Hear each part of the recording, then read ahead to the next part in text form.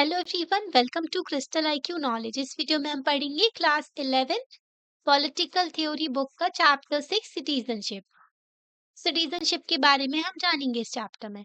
Citizenship का मतलब क्या होता है? Full and equal membership of a political community. जब आप एक देश में रहते हो तो आपको वहाँ की सिटीजनशिप मिलती है। जैसे कि हम भारत में रहते हैं तो हम भारतीय कहलाते हैं ना। हम इंडियंस हैं, हमारे पास इंडियन सिटीजनशिप है।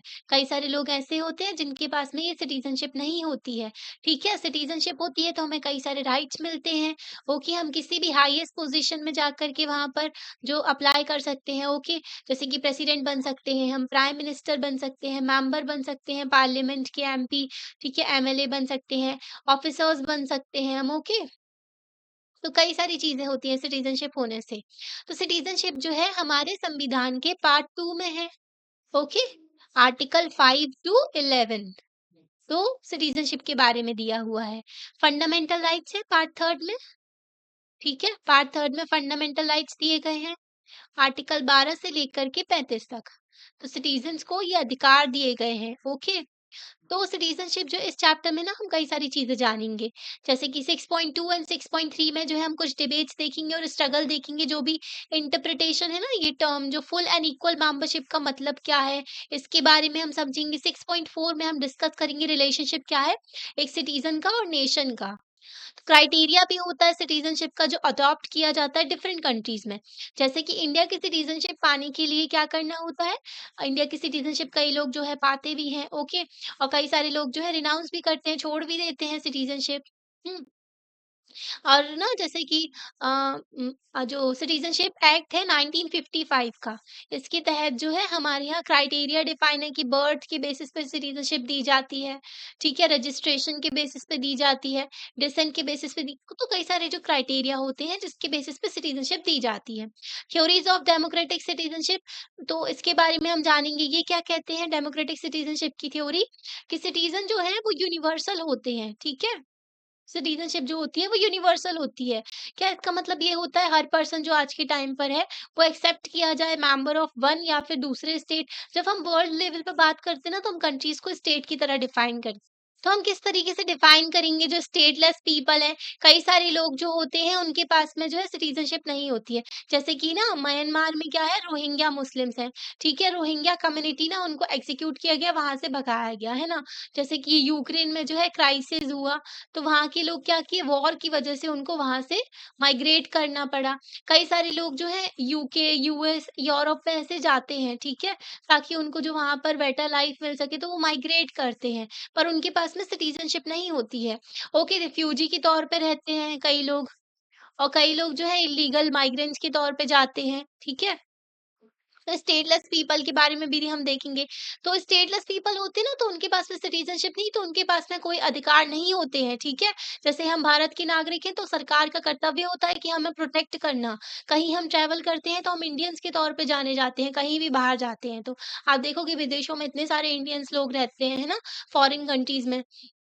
ओके, तो हम एक्सप्लेन करेंगे ये सारी चीज़ें। 6.5 में जो इस इश्यू को हम डिस्कस भी करेंगे।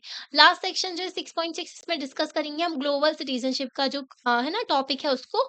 ठीक है? क्या ग्लोबल सिटीज़नशिप जो रिप्लेस कर सकती है नेशनल सिटीज़नशिप को, इसको भी हम जानेंगे। इस चैप्टर को पढ़ने के बाद में हम सिटीज़नशिप का मीनिंग जान पाएँगे और किस तरीके से जो ये मीनिंग है एक्सपेंड हो रहा है, उसको चैलेंज भी किया जाता है, ये सारी चीज़ें समझेंगे।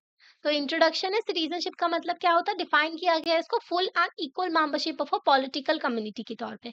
आज के टाइम पर देखें कंटेम्पररी वर्ल्ड में तो स्टेट जो है प्रोवाइड करते हैं collective political identity to their members and certain rights. तो क्या होता है हर स्टेट में ना पॉलिटिकल आइडेंटिटी मिली हुई है। ठीक है, आप चाहे किसी भी रिलीजन से बिलोंग करते हो, किसी भी कास्ट से बिलोंग करते हो, ओके, किसी भी रेस से बिलोंग करते हो, कुछ भी हो, ठीक है, पर आपकी एक कॉमन आइडेंटिटी क्या है कि आप भारत के हो, है ना, आप इंडियंस हो। आप किसी भी स्टेट से बिलोंग करते हो, चाहे बिहार से या फिर यूपी से या फिर तमिलनाडु से, ठीक है, केरला से या फिर कश्मीर से, ठीक है, जम्मू एंड कश्मीर से, लद्दाख से, कहीं से भी आप देश के किसी भी कोने से बिलोंग करते हो, पर आप क्या कहलाते हो? इंडियंस कहलाते हो। आपकी पॉलिटिकल आइडेंटिटी है इंडिया के तौर पे, है ना? इंडियन के तौर पे, है ना? यहाँ पर देखो हमारा जो नेशनल फ्लैग के सामने जब हम इंडिपेंडेंस डे मनाते हैं ना, कोई भी धर्म का इंसान है, तो ये हमारा जो नेशनल फेस्टिवल है, मतलब कि जो हम सेलिब्रेट करते हैं। ओके, तो हमारी जो पॉलिटिकल आइडेंटिटी के साथ में हमें कुछ अधिकार भी दिए गए हैं। फंडामेंटल राइट्स जो है ना, एक तो सिटीजन्स को सारे फंडामेंटल राइट्स हैं और वो फंडामेंटल राइट सिर्फ सिटीजन को है, जो बाहर के लोग हैं उनको नहीं है। तो वो फंडामेंटल राइट है आर्टिकल 15 जो डिस्क्रिमिनेशन नहीं करना है, आर्टिकल 16 जो कि पब्लिक एम्प्लॉयमेंट की बात करते हैं, इक्वल अपॉर्चुनिटी। ओके, आर्टिकल 19 इसमें 6 तरीक जो फ्रीडम दी गई है, जैसे कि freedom of speech and expression है। ओके, और असेंबल करना पीसफुली विदाउट आर्म्स, ठीक है? और मूवमेंट का राइट है, कहीं भी आप कंट्री में घूम सकते हो, कहीं भी आप रह सकते हो, कोई भी प्रोफ़ेशन अपना सकते हो। तो ये आर्टिकल 19 में दिए हुए हैं। फिर उसके बाद में माइनॉरिटीज़ को राइट दिए गए ना, आर्टिकल 29 में कोई भी सेक्शन ऑफ सोसाइटी है, वो अपने कल्चर को मेंटेन करने के लिए जो है स्टेप्स ले सकते हैं। आर्टिकल 30 में जो कोई भी जो माइनॉरिटी है, वो क्या कर सकते हैं, कोई भी एजुकेशन इंस्टीट्यूशन खोल सकते हैं अपने कल्चर को, अपने जो कल्चर को और अपने रिलीजन वगैरह को प्रमोट करने के लिए। मतलब रिलीजन को नहीं, पर हाँ, अपने कल्चर वगैरह को प्रोटेक्ट करने के लिए एजुकेशन इंस्टीट्यूशन खोल सकते हैं। ओके, इंडियंस हो गए, जापानीज़ हो गए, तो ये हमारी पॉलिटिकल आइडेंटिटी है। ओके, जिस कंट्री से आप बिलॉन्ग करते हो उससे आपको एक पॉलिटिकल राइट जो आइडेंटिटी मिल सिटीजन्स जो है एक्सपेक्ट करते हैं कि वो कुछ अपना ना राइट्स को डिमांड करते हैं स्टेट से, उनको कुछ एक्सपेक्टेशन होती है। हर हर कंट्री में ना अलग-अलग राइट्स दिए गए हैं, एज़ वेल एज़ उनको हेल्प भी दी जाती है, उनको प्रोटेक्शन भी किया जाता है। जैसे यूक्रेन में वॉर हुई थी ना, तो हमारे देश में जो है ऑपरेशन गंगा चलाया गया था ना, और अपने जो सिटीजन्स थे इंडियंस को उनको वापस लाया गया था भारत में, है ना? ऐसे ही अफ़गानिस्तान में ऑपरेशन देवी शक्ति चलाया गया था जहाँ तक। और जो है वहाँ से जो इंडियंस को बाहर लाया गया था, वहाँ पर जो तालिबान जो है टेररिस्ट रूल हो गया वहाँ पर इसलिए, है ना? तो ऐसे कहीं भी प्रॉब्लम्स होती हैं, इज़राइल में हुई तो वहाँ से अपने लोगों को बाहर निकाला। तो गवर्नमेंट का ये जो है क्या होता है, ये उनका जो इनका कर्तव्य होता है कि उनको अपने सिटीज़न्स को प्रोटेक्ट करना, उनकी एक ड्यूटी होती है ये, ठीक है? स्टेट की।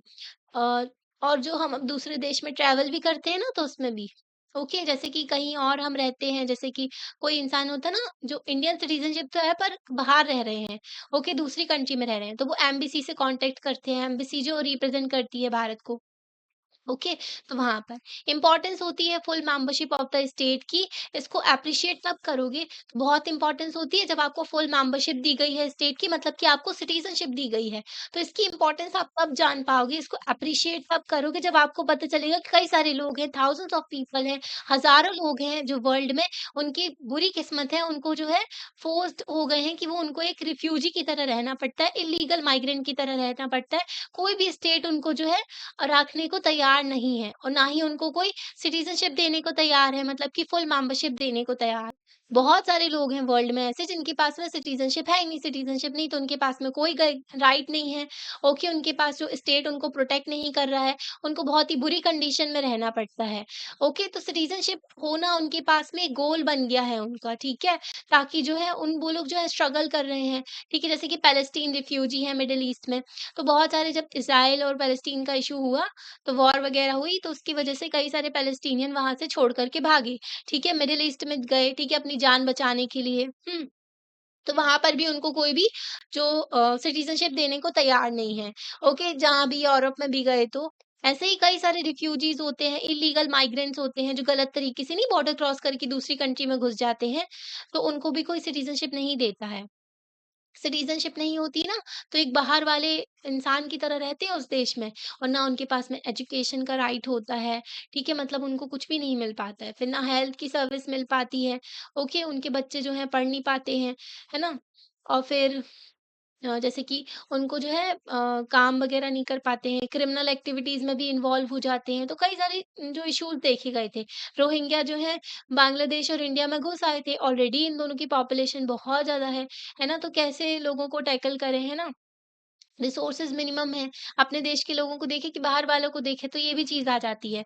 तो जो नेचर है ना, मतलब कि राइट्स दिए गए हैं सिटीज़न्स को, ये वेरी करते हैं स्टेट टू स्टेट, मतलब डिफरेंट-डिफरेंट राइट होते हैं, अलग-अलग होते हैं। जैसे हमारे देश में फंडामेंटल राइट्स दिए गए, तो ये डिफरेंट राइट हैं, जो अधिकार दिए गए, पर कुछ कॉमन राइट भी होते हैं। कई सारी डेमोक्रेटिक कंट्रीज़ होती हैं आज के टाइम पर, उसमें पॉलिटिकल राइट तो होते ही हैं। जैसे कि यूएस हो गया, ठीक है? डेमोक्रेसी की बात करें ना, जापान हो गया, है ना?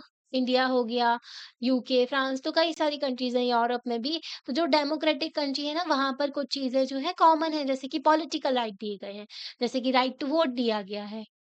हमारे देश में भी है ना आर्टिकल 326 के तहत जो है वोटिंग राइट दिया गया है सभी लोगों को, कॉन्स्टिट्यूशनल राइट है। कुछ सिविल राइट्स होते हैं जैसे कि right to freedom of speech and expression, ठीक है, बिलीफ का राइट हमारे देश में है। आर्टिकल 19 के फर्स्ट के ए में freedom of speech and expression दिया गया है, ठीक है। बिलीफ रिलीजन से रिलेटेड राइट है, आर्टिकल 25 से लेकर के 28 तक जो फंडामेंटल राइट दिए गए, फ्रीडम ऑफ रिलीजन।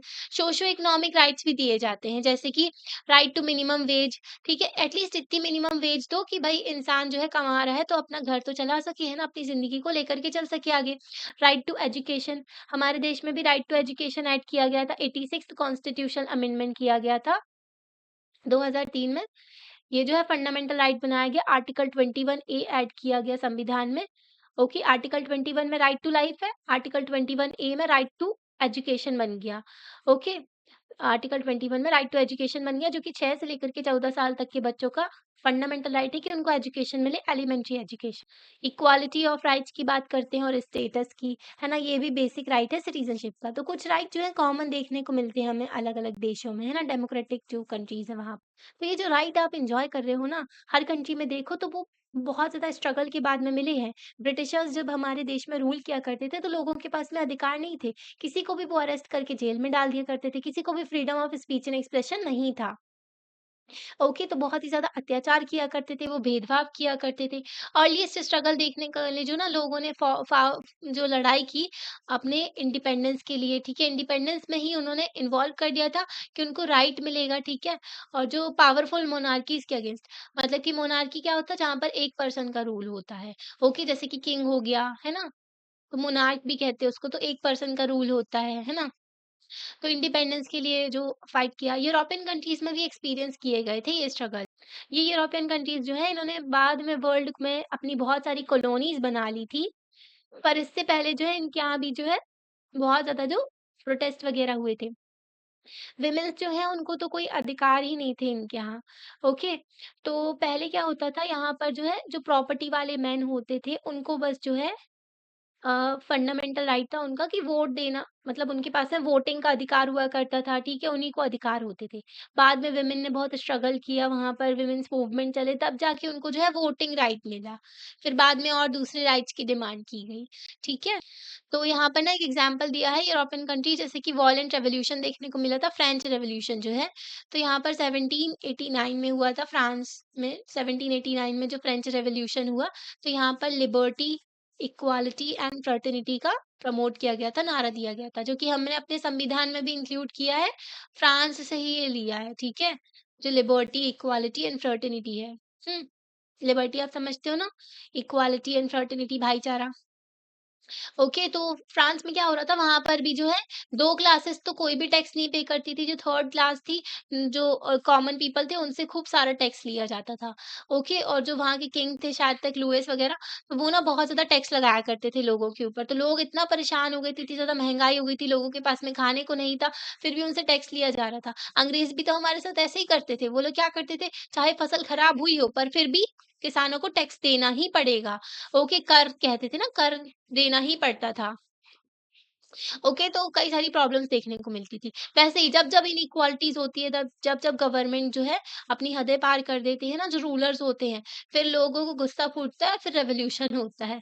ओके, तो कई सारी कॉलोनीज़ थी जैसे कि एशिया में, अफ्रीका में, है ना? तो ब्रिटिशर्स की तो हर जगह थी, बाकी जो यूरोपियन कंट्रीज़ की थी, वो डिमांड करती थी इक्वल सिटीज़नशिप, ताकि जो है उनको स्ट्रगल सॉरी, जो डिमांड थी इक्वल सिटीज़नशिप की, जो उनका स्ट्रगल था ना इंडिपेंडेंस का कॉलोनियल रूलर से, उसमें ये भी इंक्लूडेड थी।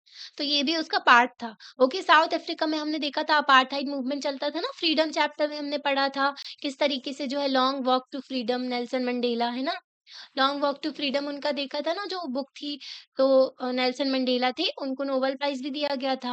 हुँ, तो उन्होंने क्या, उनके कई सारे ईयर्स जो है जेल में उन्होंने अपनी ज़िंदगी बिता दी थी, जो क्या अपार्थाइड के खिलाफ स्ट्रगल किया था। तो साउथ अफ्रीका में भी ब्लैक अफ्रीकन पॉपुलेशन के साथ में बहुत ज़्यादा अन्याय होता था, ठीक है? उनके साथ में बहुत ज़्यादा भेदभाव हुआ करता था, वो स्ट्रगल करते थे अगेंस्ट द व्हाइट माइनॉरिटी। तो वहाँ पर कुछ लोग गोरे लोग थे जो यूरोप से ही आए थे। वो लोग वहाँ पर कम नंबर पे थे पर वहाँ पर रूल किया करते थे। व्हाइट जो थे उनके पास में सारे अधिकार थे। ये 1990s तक चला है वहाँ पर अफ्रीकन जो पीपल ने ये सब सफ़र किया है। ओके, अभी भी कई-कई जो इनइक्वालिटीज़ एक्ज़िस्ट करती हैं। ओके, जैसे कि कास्ट सिस्टम बेहद थोड़ा बहुत खत्म हुआ है पर हमारे देश में अभी भी है। मतलब कि देखने को मिल जाता है। वैसे ही ना ब्लैक्स के साथ में जो अत्याचार होता था वो कम हो गया है। पर अभी भी जो है यूएस वगैरह में थोड़ी बहुत इनइक्वालिटीज़ देखने को मिलती हैं, है ना? तो व्हाइट माइनॉरिटी जो है वो रूल किया करते थे इनके ऊपर तो 1990s तक। तो स्ट्रगल था कि इनको भी फुल मेंबरशिप मिले मतलब कि इनको भी सिटीज़नशिप मिले, इनको भी इक्वल अधिकार मिले, ठीक है? तो कई सारे लोग जो है अभी भी स्ट्रगल कर रहे हैं कई सारे पार्ट्स में वर्ल्ड के ताकि उनको इक्वल राइट्स मिल सकें। ठीक है? आपने वुमेन्स मूवमेंट के बारे में पढ़ा होगा, दलित मूवमेंट भी हमारे देश में भी जो वुमेन्स मूवमेंट चले कई सारे जैसे कि वो बात की गई थी ना डोमेस्टिक वायलेंस के लिए कानून चाहिए था, डाउरी के अगेंस्ट चाहिए था, है ना? तो सारे के सारे मेल मेंबर बैठे हुए थे पार्लियामेंट में, उनको नहीं लग रहा था, है ना? कितनी ज़्यादा प्रॉब्लम फेस करती हैं, अगर वुमेन्स का पार्टिसिपेशन होता तो वो अपने इश्यूज़ को उठाते। इसलिए कहते हैं हर एक सेक्शन की रिप्रेजेंटेशन होना बहुत ज़रूरी होता है पार्लियामेंट में, है ना? तो वुमेन्स मूवमेंट भी कई सारे हुए, दलित मूवमेंट होते जैसे कि सेल्फ रिस्पेक्ट मूवमेंट चलाया था केरला में, ताकि जो है इनको भी इक्वल राइट्स मिले। हुँ, टेम्पल एंट्री मूवमेंट चलाया था बी आर अम्बेडकर ने, है ना? तो जो फादर ऑफ द कॉन्स्टिट्यूशन है ना, ताकि जो लोगों की टेम्पल में भी एंट्री नहीं करने देते थे लोगों को, ठीक है? बहुत ज़्यादा भेदभाव हुआ करता था। तो पर्पस ये था कि पब्लिक ओपिनियन को बदला जाए, है ना? अटेंशन लाई जाए किस इश्यू पे जो नीड्स है ना ताकि इन्फ्लुएंस कर सके गवर्नमेंट की पॉलिसी को और इक्वल राइट्स मिल सके एंड अपॉर्च्युनिटी पा सके मतलब कि गवर्नमेंट के कानों तक आवाज़ पहुँचानी है, ओके? कि भई हमारे भी अधिकारों को आप प्रोटेक्ट करो, इंक्लूसिव पॉलिसी लेकर के आओ, भेदभाव मत करो, है ना? यहाँ पर देखो क्या दिया हुआ है चिपको मूवमेंट का यहाँ पर बताया गया है। उत्तराखंड साइड पे, हिमाचल साइड पे वहाँ पर चिपको मूवमेंट चलाया गया था। क्या था बहुत सारे ट्रीज़ काटे जा रहे थे। ओके तो कई सारे लोगों ने जो ट्री को हग कर लिया था, गले लगा लिया था। ट्री ट्री को काटने नहीं देंगे उन्होंने बोला था। तो ये चिपको मूवमेंट का दिया है शायद, है ना? फिर 17th यहाँ पर देखो लेट्स थिंक दिया है तो आपको सोचना है 17th एंड 20th सेंचुरी में ना 17 से लेकर के 20th सेंचुरी तक व्हाइट पीपल जो है यूरोप में एस्टैब्लिश किया था उन्होंने अपना rule over the black peoples in South Africa. तो यूरोप के जो व्हाइट पीपल थे उन्होंने साउथ अफ्रीका के ब्लैक पीपल के ऊपर क्या किया था रूल कर रहे थे वो साउथ अफ्रीका में। तो उनकी पॉलिसी प्रैक्टिस किस तरीके की पॉलिसी हुआ करती थी उनकी साउथ अफ्रीका में 1994 तक तो वो बताया गया है। व्हाइट्स जो है उनके पास में राइट टू वोट था, वो इलेक्शन कब में खड़े हो सकते थे, वो इलेक्ट कर सकते थे गवर्नमेंट में, वो फ्री थे कि कोई भी प्रॉपर्टी परचेज़ कर सकते थे, वो किसी भी जगह में रह सकते थे देश में, ठीक है? पर ब्लैक्स के पास में ऐसा कोई भी अधिकार नहीं थे। उनकी सेपरेट कॉलोनीज़ हुआ करती थी व्हाइट्स के लिए एंड ब्लैक के लिए, ठीक है? अलग-अलग जगह हुआ करती थी उनकी रहने की, मतलब कि अलग-अलग एरिया बना हुआ है, इस एरिया में जो है ब्लैक नहीं आ सकते। तो ऐसी चीज़ें थी। ब्लैक जो है उनको पासेस लेने होते थे अगर वो व्हाइट नेबरहुड मतलब व्हाइट के एरिया में कहीं काम कर रहे हैं तो। वो अलाउ नहीं था उनके लिए कि वो जो है फैमिलीज़ रख सकें व्हाइट एरियाज़ में, ठीक है? मतलब कि ब्लैक्स के पास में कोई भी अधिकार नहीं था, उनको एकदम सेग्रीगेटेड रखा हुआ था। स्कूल्स, पार्क्स, ठीक है? हर चीज़ जो थी सेपरेट थी ब्लैक और व्हाइट की, ठीक है? कलर के बेसिस पे थी। मतलब कि व्हाइट के लिए सब कुछ अलग था, अच्छा था और बाकी जो दूसरे कलर के लोग थे उनके पास में कुछ भी नहीं था, ठीक है? तो यहाँ पर देखो क्या आपको लगता है कि ब्लैक्स जो है उनके पास में फुल एंड इक्वल मेंबरशिप थी साउथ अफ्रीका की? नहीं थी, है ना? उनके साथ में भेदभाव हो रहा था, ना तो उनके पास में वोट देने का अधिकार था, ना वो इलेक्शन में पार्टिसिपेट कर सकते थे, ना ही वो गवर्नमेंट में उनकी रिप्रेजेंटेशन थी, सेग्रीगेटेड एकदम पॉलिसीज़ थी गवर्नमेंट की, तो उनके पास में कोई भी फुल मेंबरशिप नहीं थी, है ना? सिटीज़न होने के साथ-साथ कई सारे अधिकार आते हैं, पर नहीं थे, है ना? तो यहाँ पर ना अबव डिस्क्रिप्शन है जो क्या बताता है आपको जो रिलेशनशिप है ना different groups in South Africa में। तो बहुत ही ज़्यादा डिस्क्रिमिनेशन था, इनइक्वालिटीज़ थी साउथ अफ्रीका में, है ना? जिसकी वज़ह से लोगों को जो है इक्वली डिग्निटी के साथ में वो नहीं रह रहे थे, है ना? यहाँ पर देखो जो सिटीज़नशिप होती है ना more than the relationship between state and there members. तो स्टेट और नेशन जो होता है ना इस नेशन और मेंबर्स का तो रिलेशनशिप होता ही है।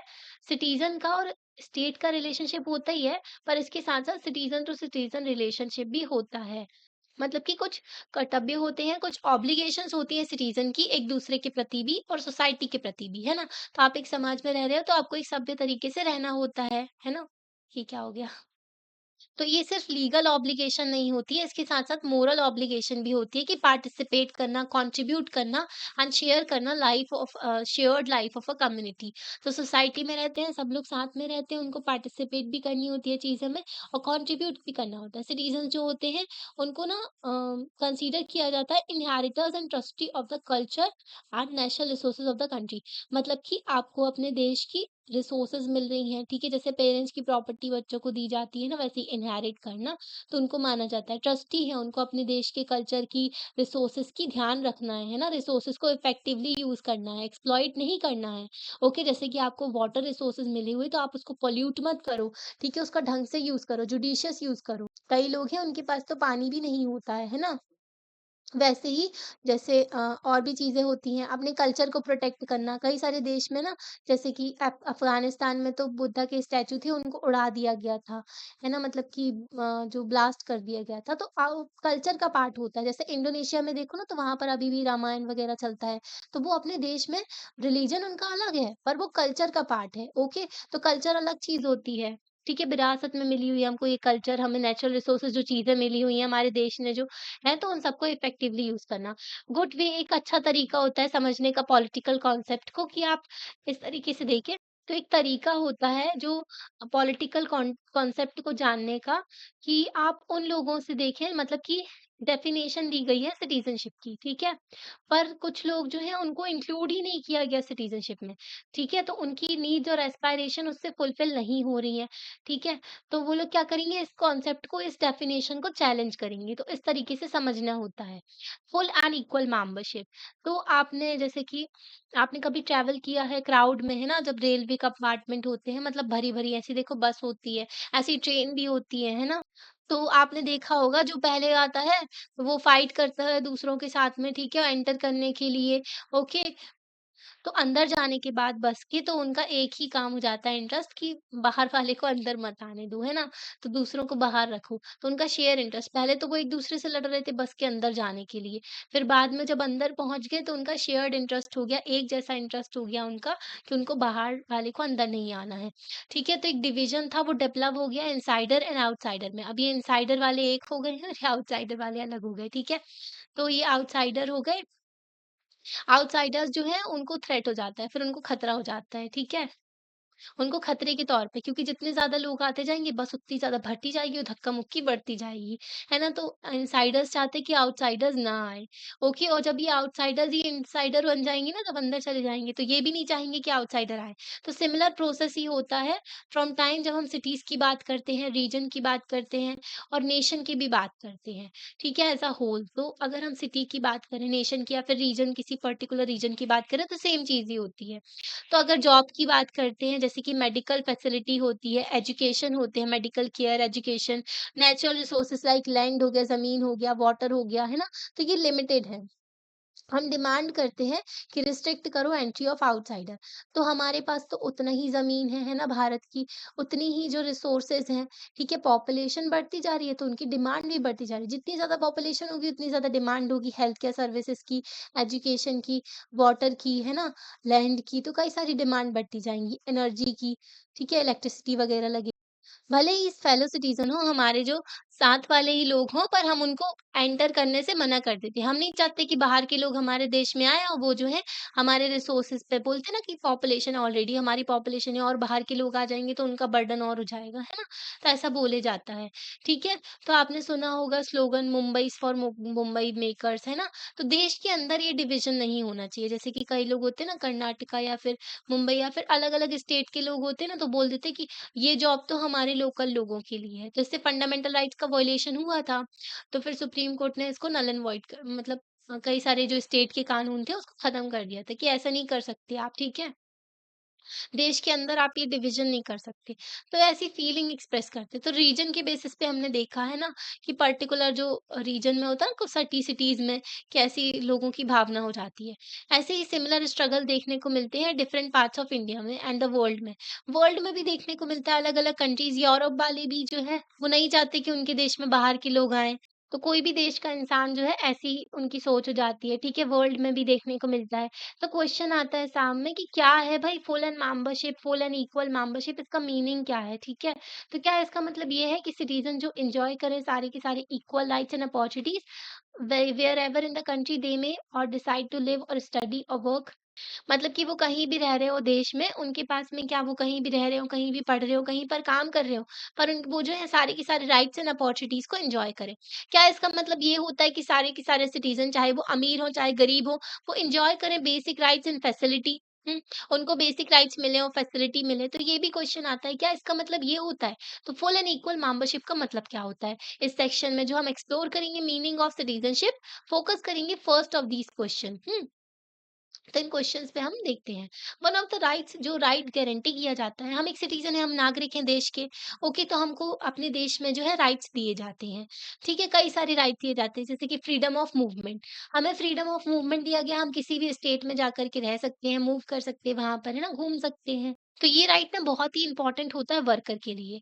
माइग्रेंट वर्कर आपने सुना होगा ना, तो कई सारे स्टेट के जो वर्कर हैं वो दूसरे स्टेट में जाते हैं काम करने के लिए, है ना। नॉर्थ के स्टेट के वर्कर साउथ में भी जाते हैं काम करने के लिए। तो लेबर्स जो होते हैं माइग्रेट करते हैं जॉब के लिए, ठीक है, काम के लिए, ताकि जब अपॉर्च्युनिटी मिलती है ना उनको, अगर उनके घर के पास में अपॉर्च्युनिटी नहीं होती है, उनको काम नहीं मिलता, तो वो दूसरे स्टेट में भी जाते हैं काम की तलाश में। कई लोग जो हैं दूसरी कंट्री में भी चले जाते हैं जॉब के लिए, है ना? कई सारी जो बड़ी-बड़ी कंपनीज़ में भी आपने देखा होगा इंडियंस हेड बने बैठे हुए हैं, ठीक है? पहले वो जॉब करते थे, फिर वो हेड बन गए, है ना? तो कई सारे देखने को मिलता है, दूसरी कंट्री में भी ट्रैवल कर जाते हैं, दूसरे देश में चले जाते हैं। मार्केट्स होता है स्किल पीपल के लिए, ठीक है? और अनस्किल्ड वर्कर जो होते हैं वो डेवलप्ड होते हैं डिफरेंट पार्ट्स हमारी कंट्री में, मतलब कि मार्केट बने हुए हैं अलग-अलग, स्किल्ड पीपल के लिए और अनस्किल्ड पीपल के लिए। मतलब स्किल्ड पीपल जैसे कि आईटी प्रोफेशनल्स हो गए, तो उनका अलग है भई, है ना? और जो अनस्किल्ड पीपल हो गए, जैसे कि लेबर वगैरह का काम होता है ना, अनस्किल्ड मैनुअल वर्क भी कहते हैं उसको, तो वो हो गए। फॉर इंस्टेंस यहाँ पर देखो एग्जांपल दिया, आईटी वर्कर्स जो हैं, वो बैंगलोर में देखती है, आईटी हब कहते हैं ना बैंगलोर को, तो वो लोग जो है बैंगलोर में जाते हैं, है ना? और जो नर्सेज़ होती हैं केरला की, वो दूसरी कंट्री में, मतलब दूसरे सॉरी, अपने पूरे देश में देखने को मिल जाती है। और केरला की बहुत सारे नर्सेस जो हैं मिडिल ईस्ट रीजन में भी जाते हैं काम करने के लिए। ओके, मिडिल ईस्ट आपको पता है ना, साउथ अफ्रीका नहीं, सऊदी अरेबिया, यमन, ओमान, तो ये सब कंट्रीज आती हैं, यूएई। ठीक है, जैसे कि बिल्डिंग इंडस्ट्री है, ओके, बहुत ज़्यादा बढ़ रही है ना? पॉपुलेशन बढ़ रही है, तो भई बिल्डिंग की भी ज़रूरत पड़ रही है। बड़ी-बड़ी सिटीज़ में देखो ना, इतने सारे फ्लैट्स बनाए जाते हैं बिल्डिंग में, है ना? तो वर्कर्स की डिमांड होती है काम करने के लिए। Different parts of the country से ना वर्कर जाते हैं, तो इसलिए इंफ्रास्ट्रक्चर प्रोजेक्ट होते हैं, जैसे कि रोड्स बनाई जा रही हैं, तो वहाँ पर वर्कर की ज़रूरत है, तो लोग ट्रैवल करते हैं अलग-अलग जगह में।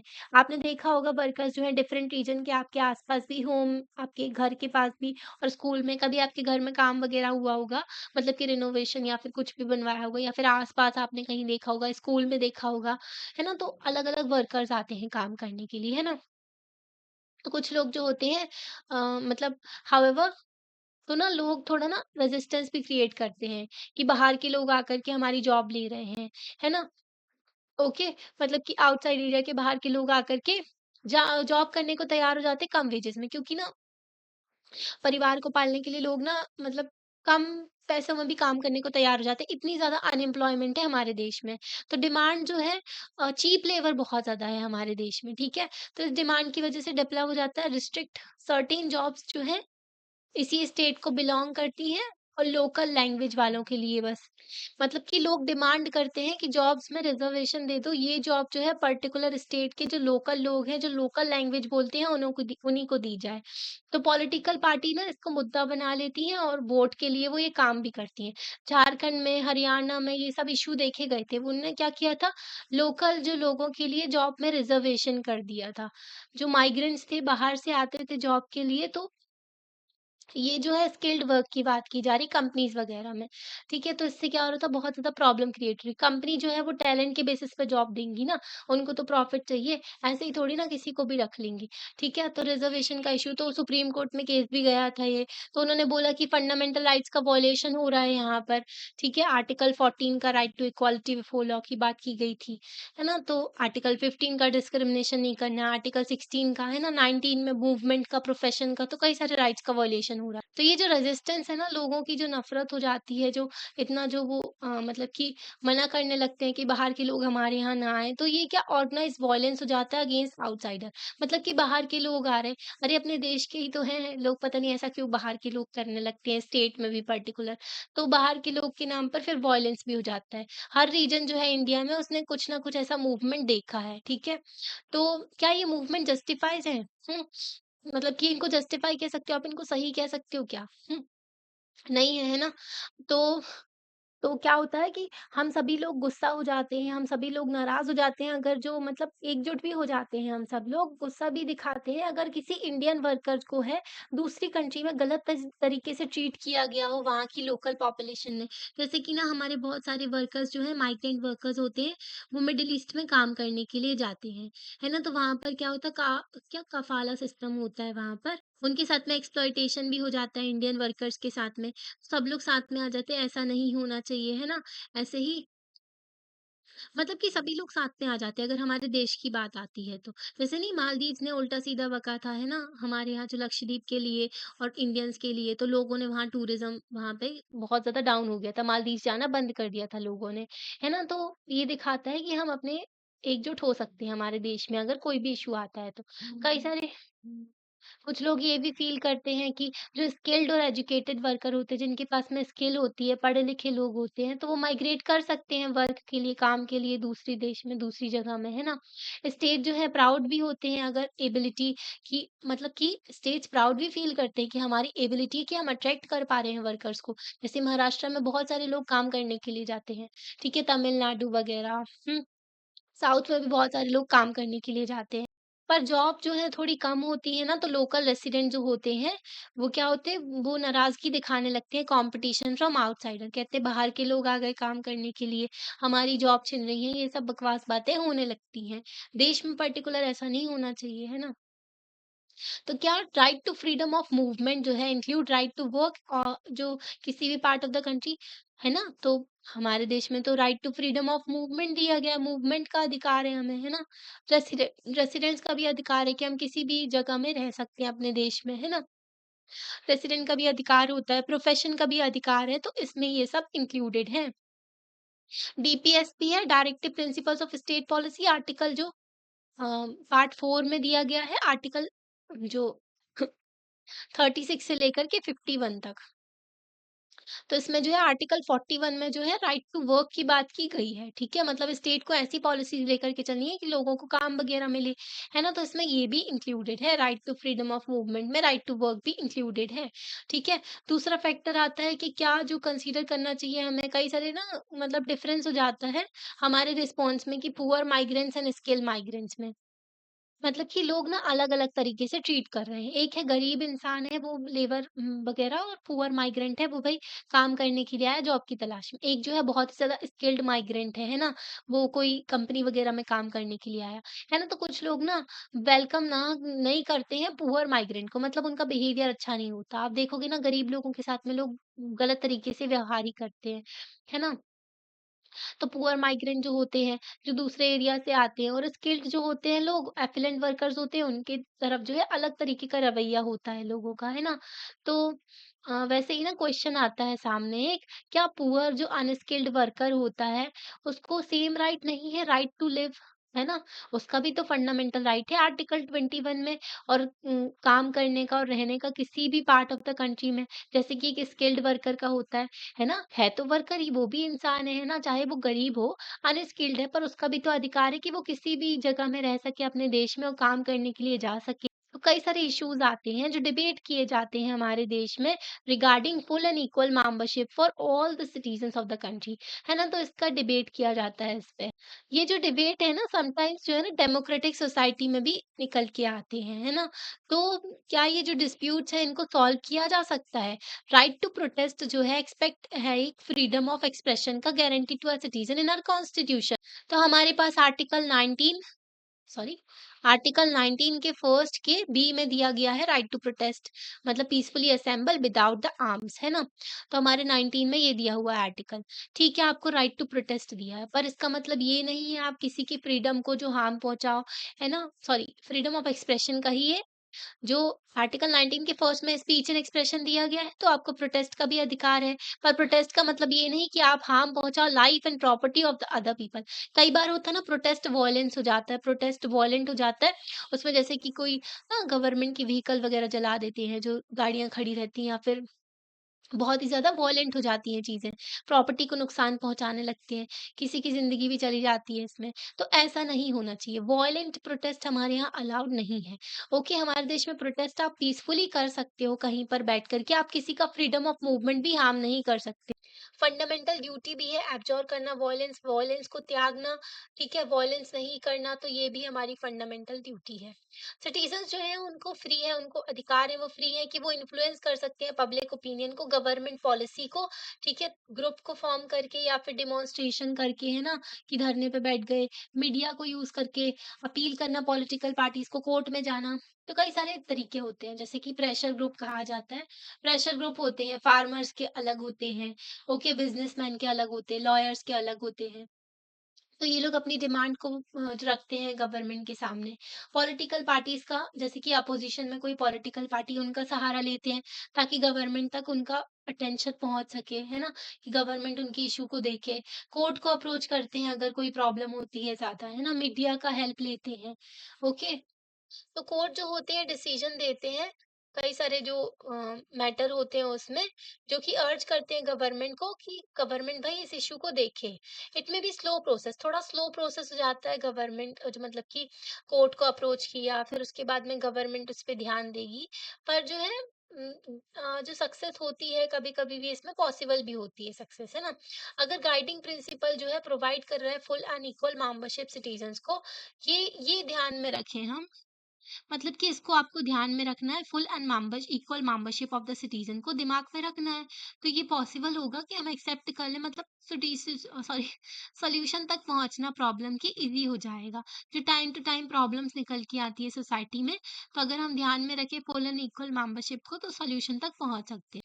एक बेसिक प्रिंसिपल होता है डेमोक्रेसी का, कि जो डिस्प्यूट्स होते हैं उनको सेटल किया जाए नेगोशिएशन के थ्रू, बातचीत के थ्रू, डिस्कशन के थ्रू, ठीक है? बातचीत की जाए, सब लोग बैठ कर के डिस्कस करें रेदर देन फोर्स, ठीक है? तो डेमोक्रेसी का एक बहुत ही इंपॉर्टेंट प्रिंसिपल होता है, कोई भी इश्यू निकल के आ रहा है उसका नेगोशिएशन किया जाए, उससे बातचीत की जाए, है ना? सॉल्यूशन निकाला जाए बातचीत करके, ठीक है? तो ये ऑब्लिगेशन होती है सिटीजनशिप की, ओके? कि आपको जो है बातचीत करके इश्यूज़ को सुलझाना है। अब यहाँ पर देखो ये क्या दिया हुआ है, यहाँ पर दिया है urban Indian middle class without immigrant workers. मतलब कि अर्बन इंडियन मिडिल क्लास जो है ना, इमिग्रेंट जो बाहर से काम करने के लिए आते हैं ना वर्कर्स, तो उनके बिना कैसी होगी, ठीक है? यहाँ पर देखो इनको सारा काम खुद ही करना पड़ता है, अनहाइजीनिक जो चीज़ें हैं। डोमेस्टिक हेल्पर्स होते हैं ना, वो इनकी हेल्प करवाते हैं, ओके? तो यहाँ पर देखो बस वगैरह होती है, तो उसमें छोड़ने वगैरह, तो कई सारी चीज़ें होती हैं, तो यहाँ पर पिक्चर के थ्रू एक्सप्लेन किया हुआ है ना? तो कार वॉश वगैरह, तो कई सारे काम करते हैं वर्कर्स, है ना? तो डोमेस्टिक हेल्पर्स भी होते हैं, ओके? इतना समझ गए? अब यहाँ पर मार्टिन लूथर का भी दिया हुआ था ना? हाँ, ये देखो, मार्टिन लूथर किंग यूएस में ना 1950s के टाइम पर, एक तो यूएस में भी कई सारे स्लेव बना कर के लेके गए थे अफ्रीकन लोगों को, फिर उसके उनके वो लोग वहाँ पर सेटल हो गए, उनको इक्वल अधिकार मिले बाद में, ठीक है? मतलब कि वो लोग वहीं पे सेटल हो गए, तो उनके साथ में भी भेदभाव हो रहा था बहुत ज़्यादा, उनके जो आगे जो उनकी जनरेशन रही उनके साथ भी, ठीक है? तो सिविल राइट्स मूवमेंट वहाँ पर चलाया गया इनके द्वारा अगेंस्ट इनइक्वालिटीज़, जो भेदभाव था सोसाइटी में एग्ज़िस्ट कर रहा था ब्लैक एंड व्हाइट पॉपुलेशन के बीच में, जो southern states of US, US के साउथ के स्टेट थे, वहाँ पर ये जो भेदभाव हुआ करता था। वहाँ पर भी ना क्या होता था, ये इनइक्वालिटीज़ को मेंटेन किया हुआ था उन्होंने। कैसे मेंटेन किया हुआ था? सेट ऑफ लॉज़, कानून के थ्रू। कानून में ही भेदभाव था पहले तो। सेग्रीगेशन वाले कानून थे, ठीक है? ब्लैक पीपल थे, उनको कोई भी सिविल एंड पॉलिटिकल राइट नहीं था, ठीक है? लॉज़ क्रिएट किए जाते थे, सेपरेट एरिया हुआ करता था कलर के बेसिस पे। मतलब कि व्हाइट पीपल जो है सिविक एमेनिटीज़ उनको सभी मिलती थी, ओके? जैसे कि मतलब कि कलर्ड उनको बोला गया, ब्लैक और दूसरे कलर के लोग जो थे और व्हाइट कलर के, तो इनके लिए अलग-अलग चीज़ें हुआ करती थी, सिविक एमेनिटीज़, रेलवे, जैसे कि civic amenities, Railways, buses, theatres, housing, hotel, restaurant, वही अपार्थाइड वाला सिस्टम यहाँ भी चला करता था, भेदभाव हुआ करता था। मार्टिन लूथर किंग जो जूनियर थे, वो एक ब्लैक लीडर थे, मूवमेंट इन्होंने चलाया अगेंस्ट इस जो सेग्रीगेट करने वाले कानून के अगेंस्ट में। तो किंग ने कई सारी आर्ग्यूमेंट्स दी, जो प्रिवेल कर रही थी लॉज़ में ऑफ सेग्रीगेशन। तो इन्होंने कई सारी वो लॉज़ के अगेंस्ट बोला, जो भी भेदभाव हो रहा था उस कानून के थ्रू। फर्स्ट तो ना, जो सेल्फ वर्थ की बात की गई एंड डिग्निटी की, हर एक इंसान जो है उसकी डिग्निटी होती है वर्ल्ड में, है ना? इक्वल होता है रिगार्डलेस ऑफ वन्स कलर, मतलब हर एक इंसान जो है इक्वल है रिगार्डलेस ऑफ उसका कलर क्या है, ठीक है? कोई भी रेस से वो बिलॉन्ग कर रहा हो, पर वो इक्वल होता है, उसकी डिग्निटी होती है। सेकंड चीज़ बोली किंग ने कि सेग्रीगेशन जो है ना एक सोशल लेप्रोसी की तरह है। लेप्रोसी एक बीमारी होती है जिसमें स्किन पूरी खराब हो जाती है, ठीक है? तो लेप्रोसी एक बीमारी की तरह है, जैसे कि बॉडी पॉलिटिक्स। तो सोशल लेप्रोसी मतलब सेग्रीगेशन एक सोशल लेप्रोसी है जो कि बॉडी पॉलिटिक पे है। और ना वो क्या करते हैं, डीप साइकोलॉजिकल जो बाउंड छोड़ देते हैं, मतलब लोगों के दिमाग में इतनी गहरी छाप छोड़ देते हैं जो सफर करते हैं इन लॉज में। मतलब आपके साथ अगर भेदभाव हो तो कितना बुरा फील होता है, आप समझ सकते हो, है ना? मतलब लड़कियाँ तो समझ नहीं सकती हैं, है ना? उनके साथ में जेंडर इनइक्वालिटी वगैरह देखने को मिलता है, ठीक है? ये नहीं कर सकती, वो नहीं कर सकती, ये सब सुनने को मिलता है। लड़कों के साथ भी होता है कि तुम्हें ये करना है, उनको प्रेशर दिया जाता है। ओके, तो जिसके साथ में भेदभाव हो रहा था ना, वो समझ सकता है इन सब प्रॉब्लम्स को। ओके, तो हमें किसी को भी इल ट्रीट नहीं करना चाहिए, सभी की रिस्पेक्ट करनी चाहिए। किंग आर्ग्यू करते हैं कि जो प्रैक्टिस है ना सेग्रीगेशन की, वो डिमिनिश करते हैं क्वालिटी ऑफ लाइफ को for the white community also. मतलब कि अगर आप ये भेदभाव कर रहे हो ना, तो सिर्फ ब्लैक जो है उनकी लाइफ खराब नहीं हो रही है, व्हाइट्स जो है उनकी भी लाइफ खराब होती है। ओके, तो इसको एग्जाम्पल के थ्रू उन्होंने समझाया। अगर व्हाइट कम्युनिटी जो है, तो व्हाइट कम्युनिटी ने क्या किया, अलाउ नहीं किया ब्लैक पीपल को एंटर करने में कुछ कम्युनिटी पार्क्स में, ठीक है? तो कोर्ट ने क्या किया, वो पार्क्स को क्लोज करवा दिया था, ठीक है? तो सिमिलरली कुछ बेसबॉल जो टीम है, उन्होंने उनको डिसबैंड कर दिया गया, बेसबॉल टीम को ही मतलब कि डिसबैंड कर दिया अथॉरिटीज ने, क्योंकि जो है वो एक्सेप्ट नहीं कर रहे थे ब्लैक प्लेयर्स को। मतलब इनकी टीम ही खराब हो गई, है ना? वो लोग एक्सेप्ट ही नहीं कर रहे थे, चाहे वो ब्लैक हो पर उनमें टैलेंट तो है। ओके, कलर के बेसिस पे आप किसी को कैसे जज कर सकते हो? तो ये एक्सेप्ट नहीं कर रहे थे, तो इनकी टीम ही खत्म हो गई, ठीक है? कोर्ट ने पार्क ही बंद करवा दिया इनका। थर्ड चीज़, सेग्रीगेशन जो लॉज़ हैं, जो अलग-थलग करते हैं ना लोगों को, तो ये एक आर्टिफिशियल बाउंड्रीज़ क्रिएट कर देते हैं लोगों के बीच में। और लोग जो है फ्री नहीं हो, मतलब कि लोग जो है कोऑपरेट नहीं कर सकते एक-दूसरे के साथ में। ओके, जब सब लोग साथ में रहते हैं, भेदभाव नहीं होता है, लोग अच्छे से रहते हैं, तो पूरी सोसाइटी का बेनिफिट होता है और कंट्री का बेनिफिट होता है फिर, है ना? तो इसी रीज़न की वजह से इन्होंने ये सारे रीज़न्स दिए, ठीक है? किंग ने आर्ग्यू किया कि ये जो लॉज़ हैं, ये कानून है जो सेग्रीगेट करते, लोगों में भेदभाव करते हैं, इन कानून को ख़त्म कर दीजिए, ठीक है? और उन्होंने बोला कि peaceful and non violent resistance की बात की अगेंस्ट द सेग्रीगेशन लॉज़, ठीक है? मतलब कि पीसफुली आपको जो है प्रोटेस्ट करना है, ओके, रेज़िस्ट करना है इन जो कानून है ना, इनके खिलाफ। ओके, वॉयलेंट की बात नहीं की, ये भी गांधी जी की फिलॉसफी फॉलो किया करते थे, नॉन वॉयलेंस की। इन्होंने ना, he said in one of the speech, उन्होंने अपनी स्पीच में कहा था कि हमें जो हमारा प्रोटेस्ट है उसको जो है फिजिकल वॉयलेंस पे नहीं उतारना है, मतलब कि पीसफुली आप प्रोटेस्ट करो, ओके, वॉयलेंस नहीं होना चाहिए इसमें, ठीक है? तो ये बात की गई थी। आप इतना समझ गए? हमने यहाँ तक पढ़ लिया था। अभी देखो यहाँ पर, तो अब इक्वल राइट्स जो है हम सेकंड पार्ट में पढ़ेंगे यहाँ से। ओके, तो आपको लेक्चर समझ में आया कि नहीं? आपको लेक्चर समझ में आया कि नहीं, बता सकते हो आप लाइक करके, चैनल को सब्सक्राइब कर से सॉरी सब्सक्राइब करके और अपने फ्रेंड्स के साथ में शेयर करके। थैंक यू, फिर देखना next part. Okay, thank you.